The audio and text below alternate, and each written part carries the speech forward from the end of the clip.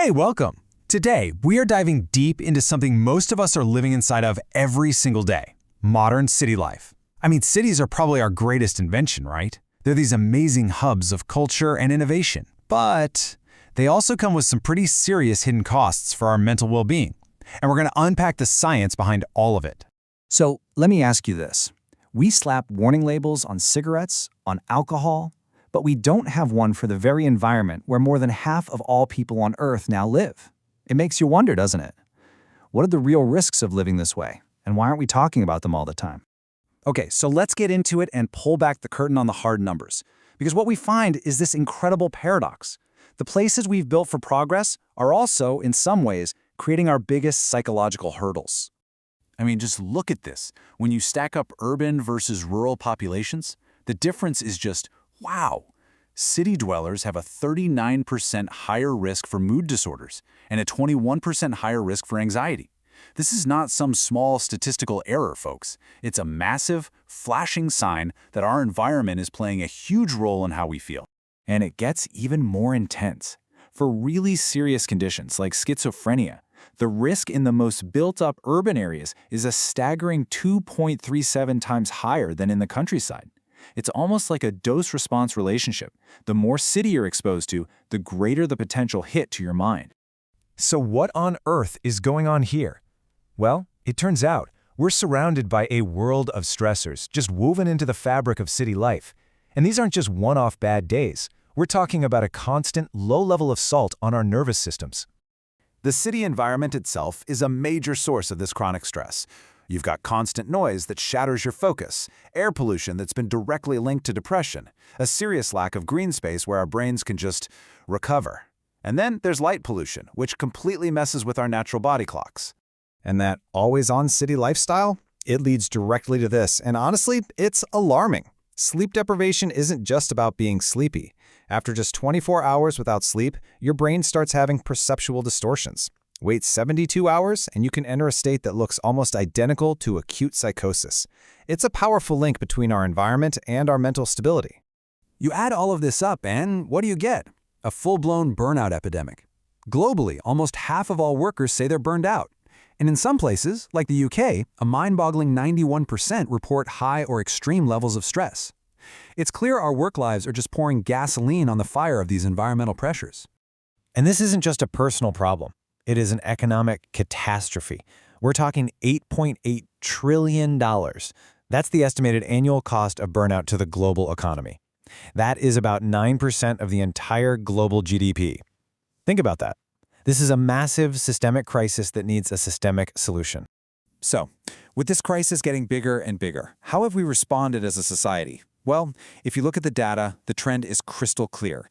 We've turned to medication as our main line of defense. Just look at these numbers from developed countries. In a single decade, the daily dose of antidepressants per 1,000 people jumped from about 52 to nearly 70. That huge increase tells us that our primary response has been pharmacological.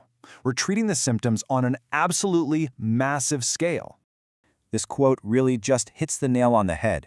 This isn't a failure of our doctors or nurses. It's a sign that the healthcare system has become the last-ditch safety net for these much bigger structural problems in our cities and our workplaces, It's catching the fallout. We're managing a crisis instead of preventing one.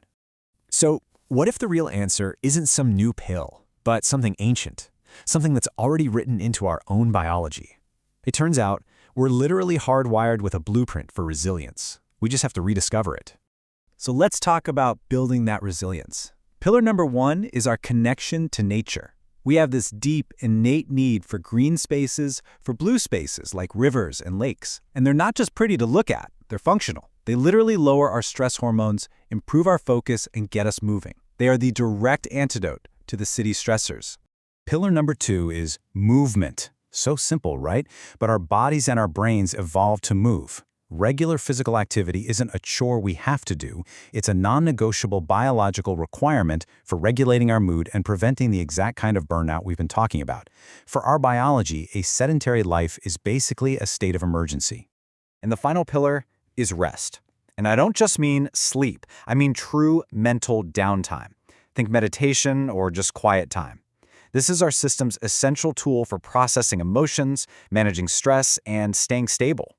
In a world that's always on, choosing to rest is a radical act of self-preservation. In the power of movement, it's undeniable. The data is so clear. Getting just half the recommended amount of weekly activity drops your depression risk by 18%.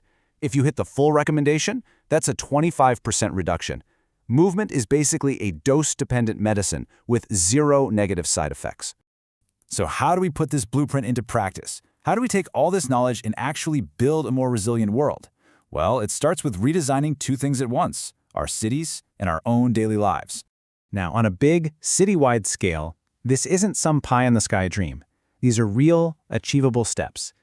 We can intentionally design cities that promote well-being by weaving in more nature, by creating streets that are safe and inviting for walking and biking, and by actively engineering our world to be quieter and darker when we need to rest. And you don't have to wait for the city to change. You can start right now. This is your personal toolkit. Make a non-negotiable date with nature every day, even if it's just a small park.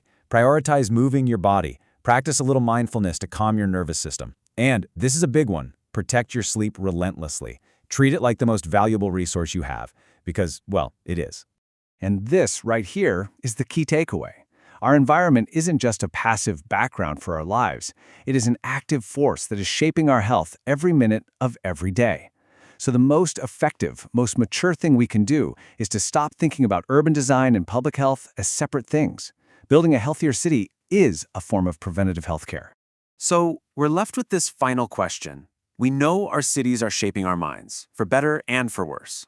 The evidence is all there. We have the biological blueprint in our hands. The choice now is, what do we do with it? How will we choose to reshape our world for a mentally healthier future?